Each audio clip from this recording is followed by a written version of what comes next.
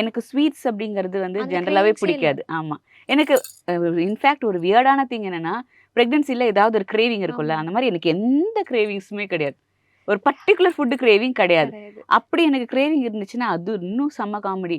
பாவக்காய் இருக்குல்ல, ஆமா. நல்ல டீப் ஃப்ரை பொரியல் பண்ணது தான் புடிச்சிருக்கு. Nice cravings. பாவக்காய் அண்ட் சுண்டக்காய். இது 2 தான் வந்து அப்புறம் இந்த கொத்தவரக்காய் வத்தல். இதுதான் எனக்கு புடிச்சிருக்கு.